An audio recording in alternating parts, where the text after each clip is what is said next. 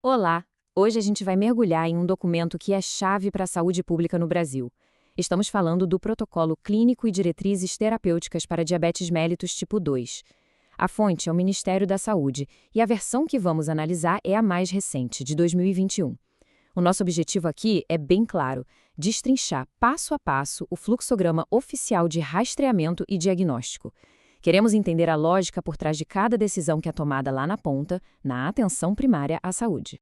Bom, a nossa jornada vai seguir 5 etapas bem definidas. Primeiro, a gente vai entender de onde vem esse protocolo e por que ele é tão importante. Depois, vamos direto para o ponto de partida, afinal, quem deve ser rastreado. Na sequência, a gente chega numa divisão crucial no caminho que separa os pacientes em dois grupos. A partir daí, vamos navegar pelas diferentes rotas de diagnóstico e, por fim, analisar os resultados possíveis e qual a conduta para cada um deles. Ok, antes de pular de cabeça no fluxograma, é super importante a gente firmar o pé aqui e entender o contexto. Ter um protocolo padronizado não é só uma formalidade, viu? É, na verdade, a espinha dorsal que garante um atendimento mais justo e eficiente para milhões de brasileiros. Então, de onde vem esse fluxograma? Ele faz parte dos famosos PCDTs, os Protocolos Clínicos e Diretrizes Terapêuticas do Ministério da Saúde. E o que isso significa na prática? Que não estamos falando de uma sugestão qualquer. Essa é a diretriz oficial, o guia que orienta o profissional de saúde na rede pública. A ideia é justamente garantir a mesma qualidade e o mesmo critério no atendimento, não importa aonde a pessoa esteja no Brasil. Certo, então tá aí ele. Esse é o mapa completo da nossa análise. Eu sei, à primeira vista pode parecer um monte de caixas e setas para todo lado, mas calma. O nosso trabalho aqui é justamente transformar esse emaranhado em um guia lógico, prático e que faça todo sentido no dia a dia do atendimento. Vamos destrinchar isso juntos. Tudo, absolutamente tudo, começa com a pergunta essencial lá na atenção primária: quem são as pessoas que a gente precisa investigar ativamente, mesmo que elas não estejam se queixando de nada? A resposta para isso, segundo o protocolo, está na estratificação de risco. Então, quem exatamente entra nesse radar do rastreamento? O protocolo é bem específico sobre isso. Não é para sair testando todo mundo. Existe uma população-alvo bem definida para essa investigação. Vamos ver quem são. A diretriz nos dá 4 grupos principais. O primeiro, qualquer pessoa com 35 anos ou mais, mesmo que não tenha sintoma algum. Por quê? Porque é a partir dessa idade que o risco epidemiológico para o DM2 começa a ficar mais relevante. Segundo, pessoas que já têm sinais clínicos de resistência à insulina. O exemplo mais clássico é a cantose nigricans. Sabe aquelas manchas mais escuras com aspecto aveludado que aparecem nas dobras do corpo? É isso. Terceiro grupo, que é de alto risco. Qualquer um de qualquer idade que tenha sobrepeso ou obesidade e mais pelo menos um fator de risco associado, como por exemplo o histórico familiar. E por último, o quarto grupo, que é mais óbvio, quem já chega apresentando sintomas clássicos da doença.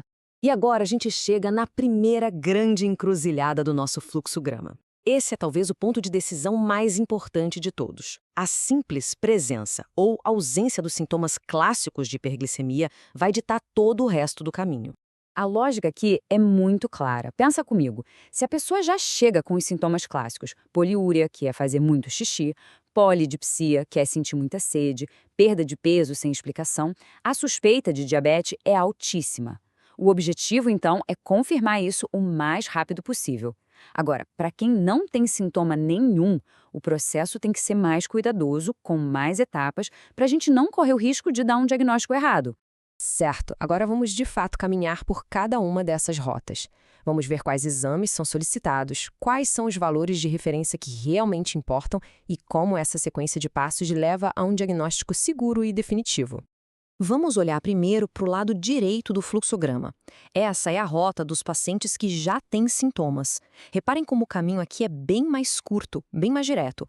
Isso acontece porque a suspeita clínica já é muito forte. O exame de laboratório, nesse caso, serve basicamente para cravar a confirmação daquilo que o quadro clínico já está gritando. Agora, vamos aos números que definem o jogo aqui. Quando existem sintomas claros de hiperglicemia, uma única glicemia aleatória, ou seja, colhida em qualquer momento do dia, sem preparo, com valor igual ou maior que 200 mg por decilitro, pronto, já fecha o diagnóstico. Outras opções que também confirmam o quadro são uma glicemia de jejum de 126 ou mais, ou uma hemoglobina glicada de 6,5% para cima. O ponto é, basta um desses resultados para confirmar. Muito bem, agora vamos para o outro lado do fluxograma, a rota dos pacientes assintomáticos. E olha, esse é o cenário disparado mais comum na atenção primária. Percebam que o caminho aqui é mais longo, tem mais etapas. E por que isso? Porque precisamos ter certeza absoluta antes de firmar um diagnóstico com tanto impacto na vida de alguém. E aqui está o pulo do gato para esse grupo. Em uma pessoa sem sintomas, um único resultado de exame alterado não fecha diagnóstico. Não fecha. O protocolo exige, ele manda que seja feito um segundo teste de confirmação. A razão para isso é muito simples. É uma barreira de segurança para evitar o estrago de um diagnóstico falso positivo. Então o processo começa com uma glicemia de jejum ou uma HbA1c. Se vier alterado, é obrigatório pedir um novo exame, numa nova amostra. Só se esse segundo exame também vier positivo, aí sim o diagnóstico de DM2 está estabelecido. Essa dupla checagem é fundamental. Depois de percorrer todo esse caminho, seja ele curto ou longo, a gente chega em um de 3 resultados possíveis. E cada um desses resultados vai desencadear uma conduta clínica bem específica, que é a alma do cuidado na atenção primária. No final das contas, temos 3 saídas. Ou o diagnóstico de diabetes tipo 2 é confirmado de vez, ou a pessoa é classificada com pré-diabetes, que é uma janela de oportunidade importantíssima para a gente agir e evitar que a doença se instale, ou, por fim, o diagnóstico de DM2 é excluído naquele momento. E como a gente vai ver, isso não significa um adeus. E isso aqui ilustra perfeitamente o papel da APS. Se o DM2 é confirmado, começa o tratamento e todo o plano de cuidado.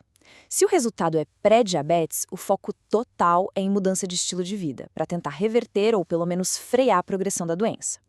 E mesmo quando o diagnóstico é excluído, o paciente não some do radar. O acompanhamento continua com uma frequência que vai depender dos fatores de risco de cada um.